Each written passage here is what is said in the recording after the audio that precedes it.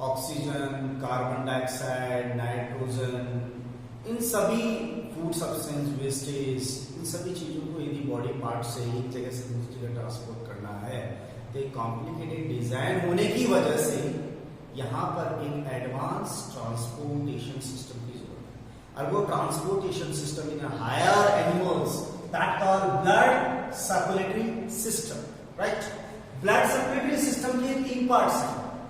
एक pumping station जो blood को पंप करेगा, हार्ट, ब्लड वेसल्स, डक्ट्स है जिनके अंदर ब्लड रन करेगा, ब्लड वेसल्स आगे, blood is a liquid connective tissue. 9th class में आपने पढ़ा है लिक्विड कनेक्टिव टिश्यू।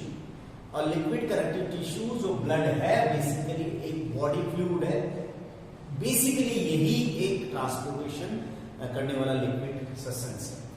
हार्ट की बात करें सबसे पहले 1 बाय 1 लेंगे अपन। Heart muscular involuntary organ.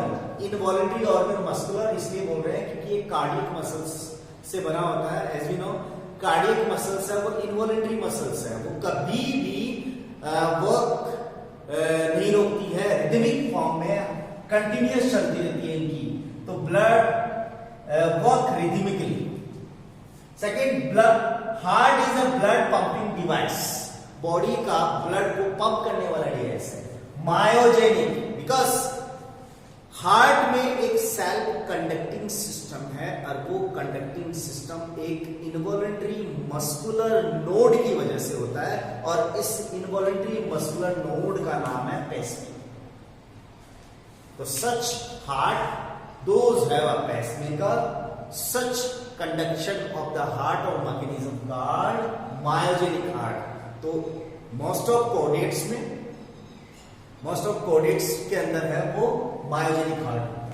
Work rhythmically इसलिए कर रहा है कि कार्डियक मसल्स हैं वो कभी भी अपने वर्क में गैप नहीं देती, नॉन स्टॉप जब से आदमी पैदा होता है उससे भी पहले से लेकर के डेथ तक ये वर्क करती रहती है। Each and every heart divides into chambers, various chambers. ये 2 चैम्बर्स हो सकते हैं फिश में, वीनस हार्ट कहते हैं इसे हार्ट को। 3 चैम्बर्स होते हैं तो एम्फीबियंस, और 4 इनकम्प्लीट चैम्बर्स हैं वो रेप्टिलिया एग्जांपल्स हैं, और 4 कंप्लीट चैम्बर्स जिस हार्ट में होता है उसे क्रोकोडाइल, बर्ड्स एंड मैमल्स कहते हैं। हार्ट्स के ये जो चैम्बर्स हैं ये देखा जाए तो upper chamber and lower chamber. Upper chamber called atrium और auricle and lower chambers called ventricles. तो फिश में 1 एट्रियम एंड 1 वेंट्रिकल होगा, ठीक है। तो हम बात करें यहां पर फिश की बात कर ली। उसके बाद एम्फीबियन की बात करें तो एम्फीबियन के अंदर 3 चैम्बर हार्ट है। उस 3 चैम्बर हार्ट के अंदर ऐसा बना हुआ है, 2 तो एट्रियम है और 1 वेंट्रिकल है। इनकम्प्लीट रेप्टाइल्स की बात करें तो इनकम्प्लीट रेप्टाइल्स के अंदर ऐसा बना हुआ है, 2 तो एट्रियम है और 1 वेंट्रिकल है। ये वेंट्रिकल डिवाइड तो हो चुका है, 3 चैम्बर बने हुए हैं इसके अंदर बेसिकली, पर वो जो चौथा चैम्बर डिवाइड हुआ वो इनकम्प्लीट है। ये हो गया। और कंप्लीट के अंदर आते हैं आपके, यहां वेंट्रिकल हो गया टोटल, 3 चैम्बर है in reptilia and 4 complete chamber in crocodile, birds and mammals like atrium, ventricles. Heart का this side called right side and this called left side.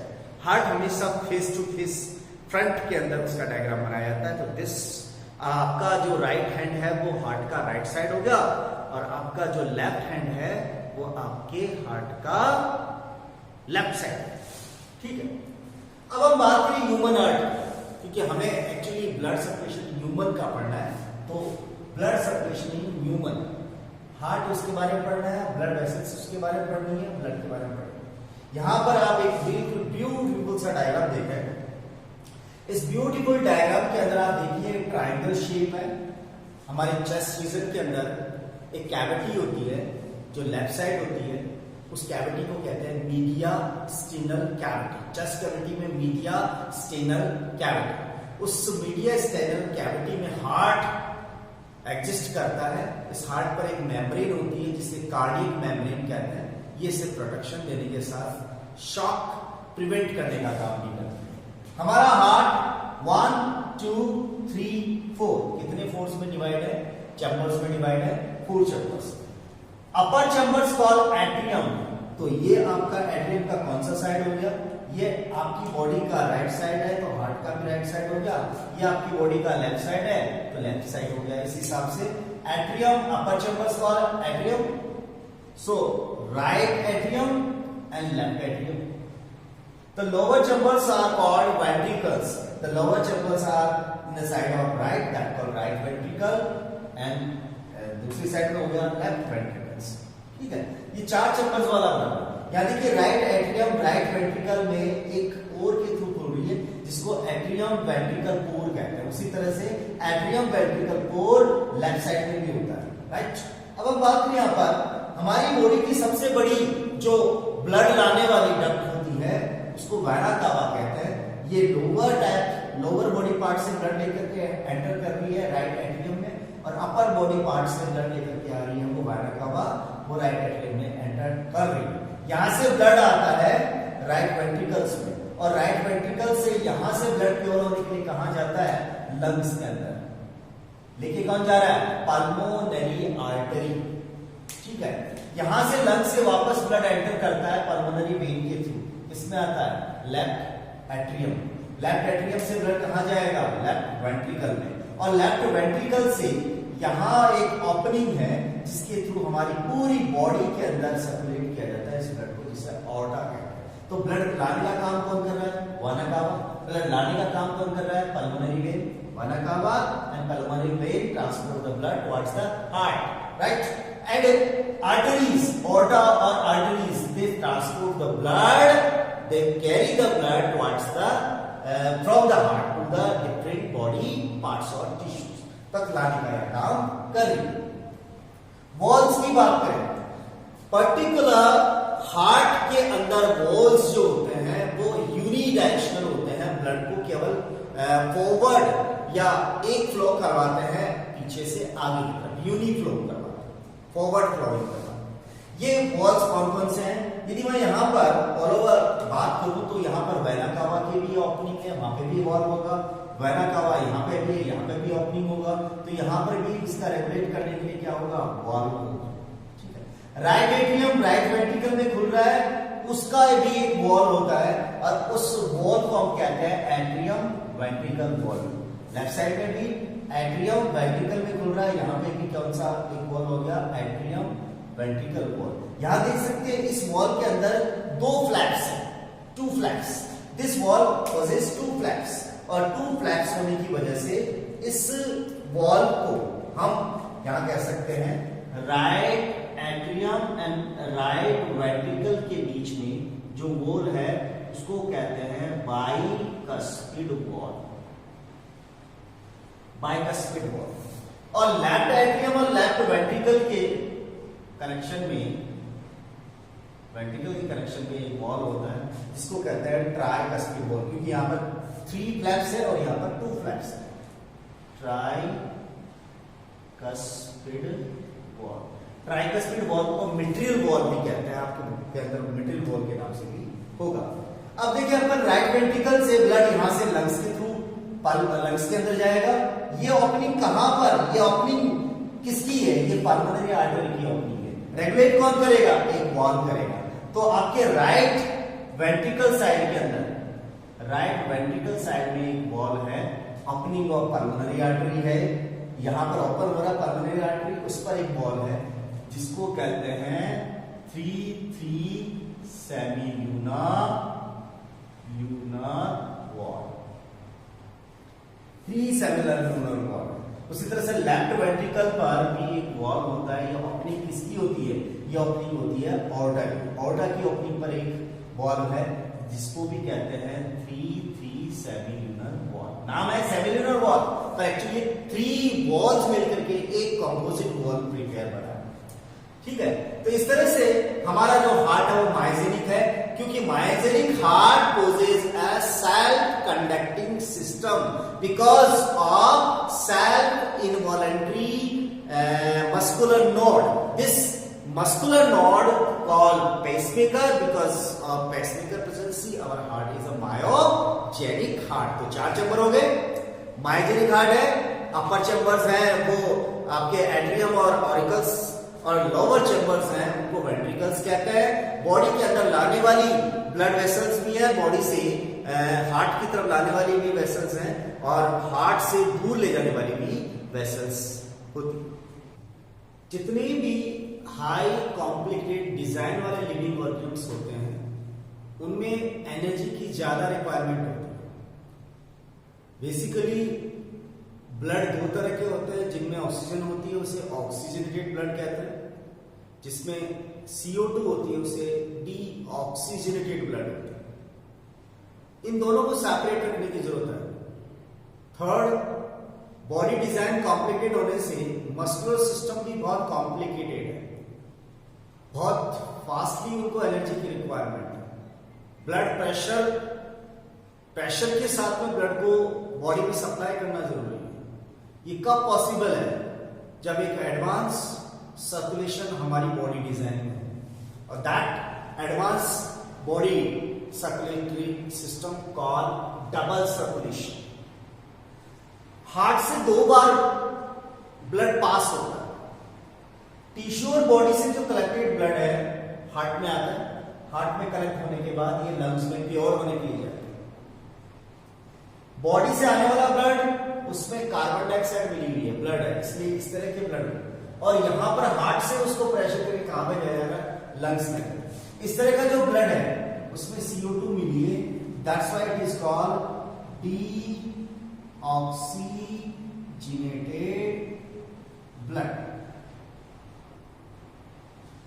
Right atrium, right ventricle, इन दोनों heart की कौन सा portion है? Right side. Heart के इस right side के अंदर impure blood means deoxygenated blood होता है. यहां से इसको कहां भेजा जा रहा है? लंग्स में. लंग्स में कौन सी गैस आती है? ऑक्सीजन. और उस ऑक्सीजन गैस को मिक्स किए जाने पर ब्लड में जो मौजूद कार्बन डाइऑक्साइड है, ऑक्सीजन मिलाए जाने पर वो कैसा ब्लड हो जाता है? वो ब्लड हो जाता है ऑक्सीजनेटेड ब्लड. यानी कि अब उस ब्लड के अंदर कौन सी गैस मिक्स हो चुकी है? Oxygenated blood. इस तरह के ब्लड को ऑक्सीजन मिल जाती है, इस तरह के ब्लड को कहेंगे ऑक्सीजनेटेड ब्लड. यहां से लंग से ये ब्लड आता है राइट लेफ्ट एट्रियम में, देन आता है left ventricle.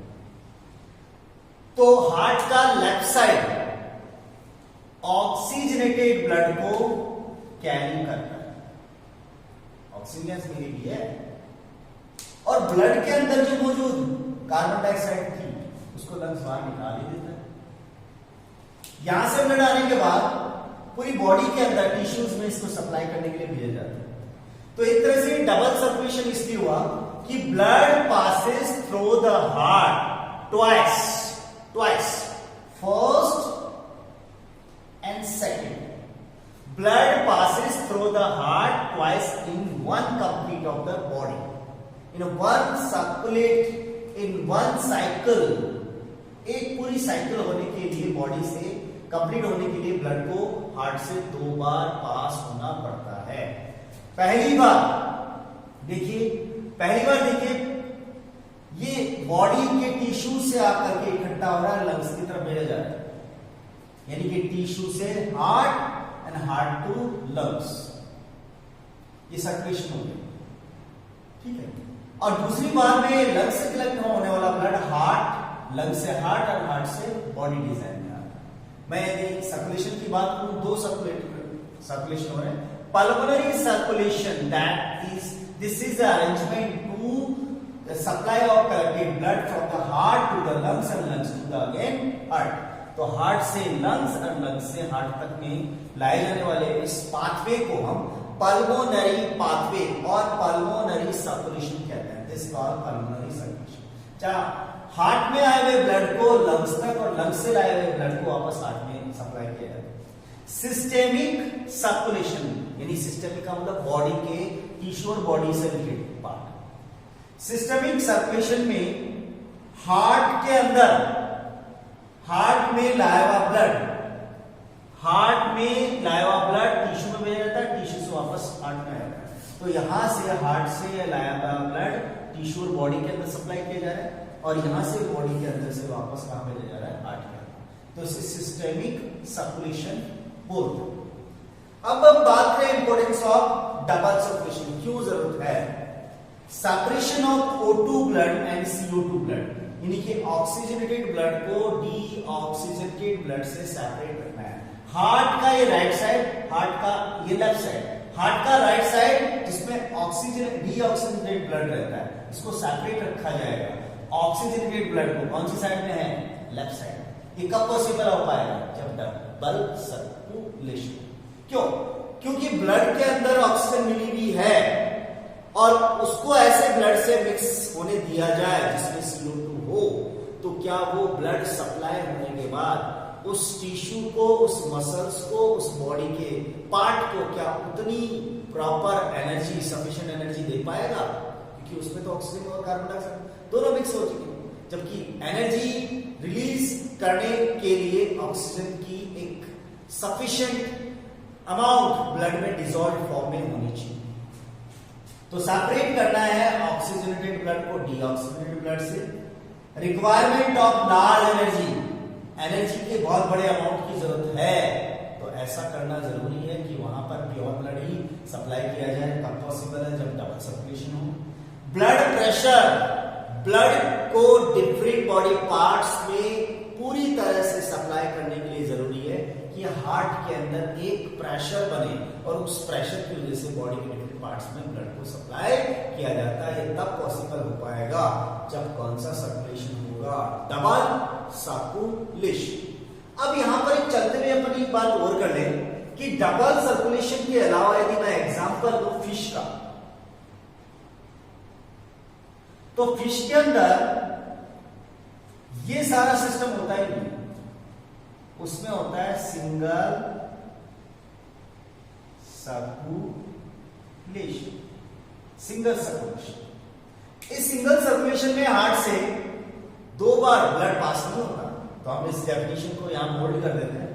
Blood passes only one time through the heart to complete their cycle in body. Body में साइकिल को पूरा करने के लिए हार्ट से एक ही बार पास होता है। कैसे, बॉडी के डिफरेंट टिश्यू से कलेक्ट होकर के ब्लड कहां आएगा, एट्रियम में, उसके बाद वेंट्रिकल।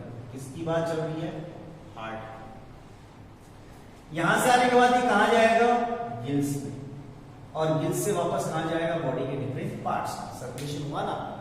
यहां पर देखिए आप, ये हार्ट वाले सेक्शन के अंदर यहां जो टिश्यू से हार्ट की तरफ जाने वाला ब्लड है, वो कौन सा ब्लड है, डी ऑक्सीजनेटेड ब्लड।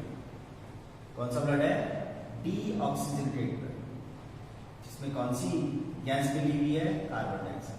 यहां से जो ब्लड पास हो रहा है, हार्ट से निकल करके गिल्स की तरफ जा रहा है, उसमें भी कौन सी गैस मिली हुई है, CO2 प्लस ब्लड, यानी कि यहां पर भी डीऑक्सीजनेटेड ब्लड। बट गिल्स से पास होने के बाद वाटर के अंदर कार्बन डाइऑक्साइड निकाल दी जाएगी, इस ब्लड की कार्बन डाइऑक्साइड को निकाल दिया जाएगा, और ब्लड में डिसॉल्व ऑक्सीजन को एब्सॉर्ब करने की फिनोमेनन किसमें होती है, कैपेसिटी होती है गिल्स में, तो ले ली जाएगी। अब इस ब्लड के अंदर ऑक्सीजन गैस मिल चुकी है, अब ये हो चुका है ऑक्सीजनेटेड ब्लड। इस तरह से फिश के अंदर पूरी बॉडी में ब्लड के एक साइकिल को पूरा करने के लिए हार्ट से एक ही बार पास होना पड़ता है, और डीऑक्सीजनेटेड ब्लड ही हार्ट में एंटर कर रहा है, डीऑक्सीजनेटेड ब्लड ही हार्ट से बाहर निकल रहा है। गिल्स के अंदर जो भी स्टोर ऑक्सीजन है उससे ये ब्लड ऑक्सीजनेटेड हो जाता है और वापस पूरी बॉडी के अंदर भेज दिया जाता है। इतना सिंपल बॉडी डिजाइन होने की वजह से यहां सिंगल सर्कुलेशन की जरूरत पड़ रही है।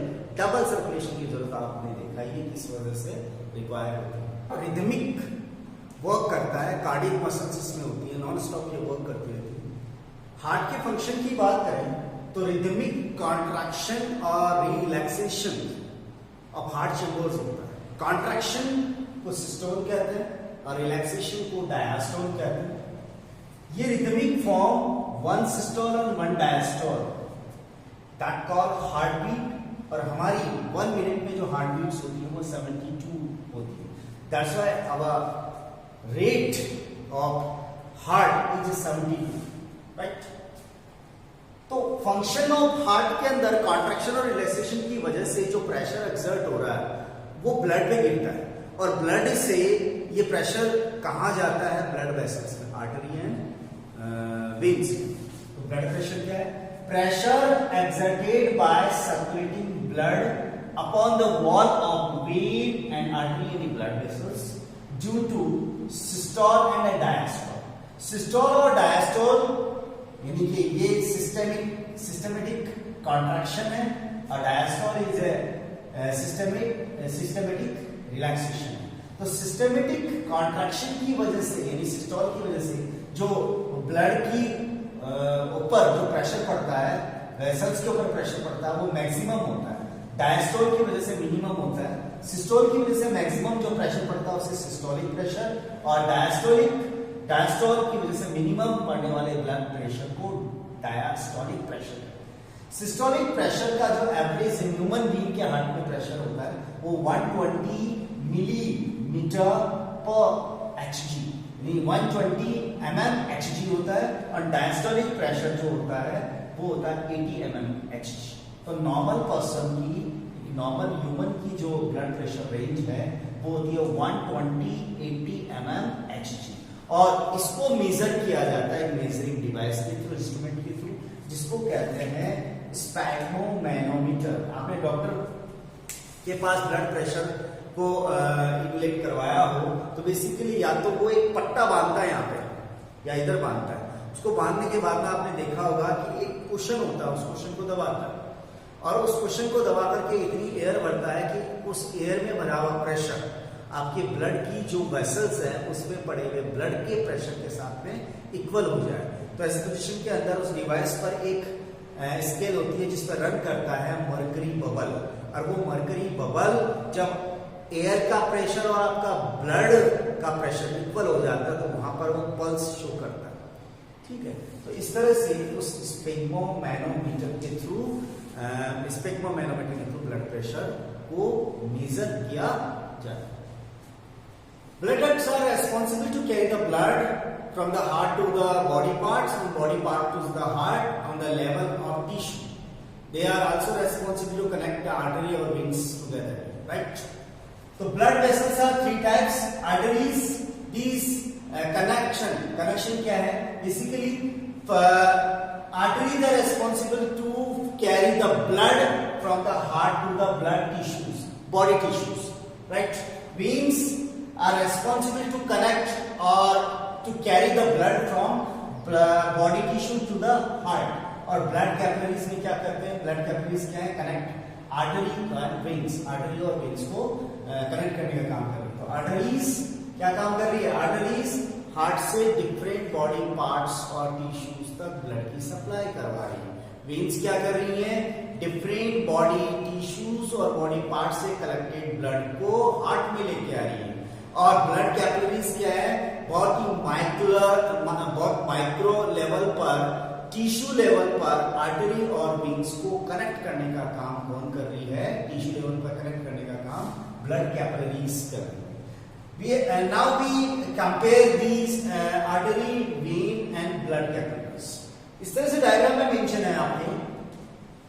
आर्टरी साइज में बड़ी होती है, वेन साइज में थोड़ी छोटी होती है कंपैरेटिवली।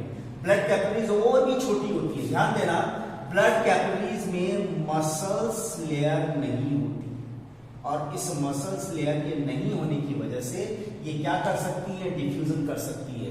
टिश्यू लेवल पर ब्लड एंड टिश्यू के इन बिटवीन यदि एक्सचेंज करना है गैसेस का, न्यूट्रिएंट सब्सटेंस का, वेस्ट मटेरियल्स का, तो blood capillaries are very delicated, very devoted for this process. Second, wide हो गया, ये नैरो है और ये वेरी माइक्रो है।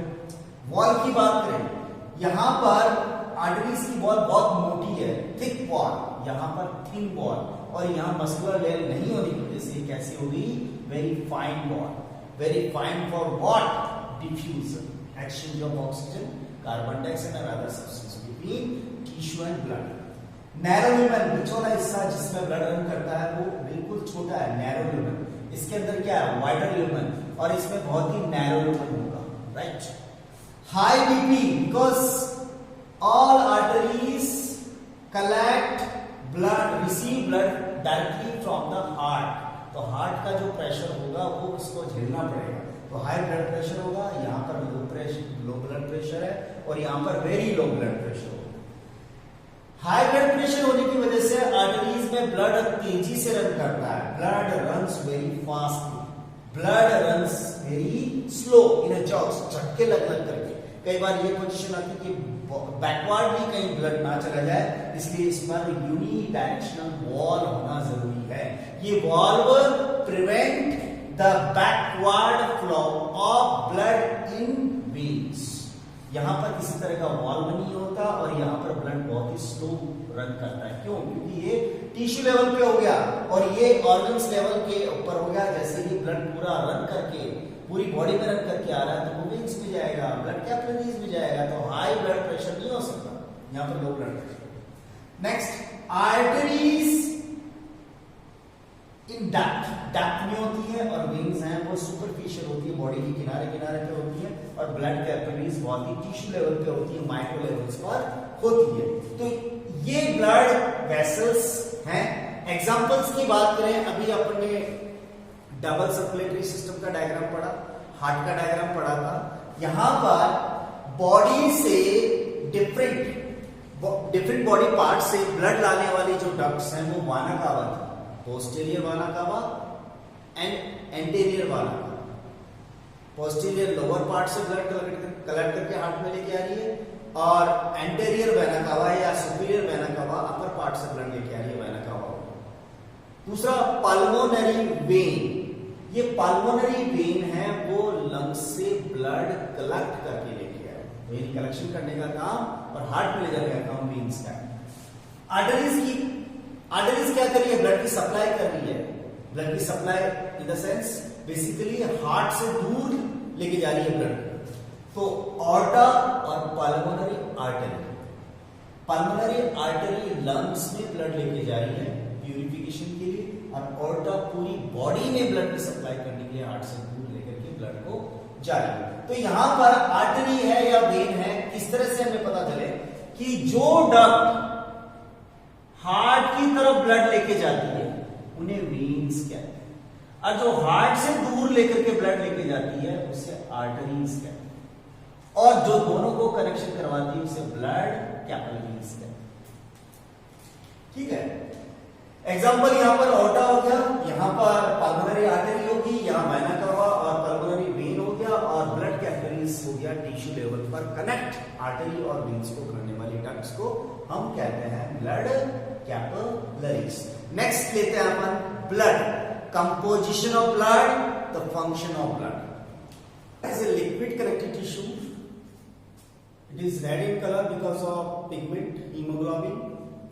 Hemoglobin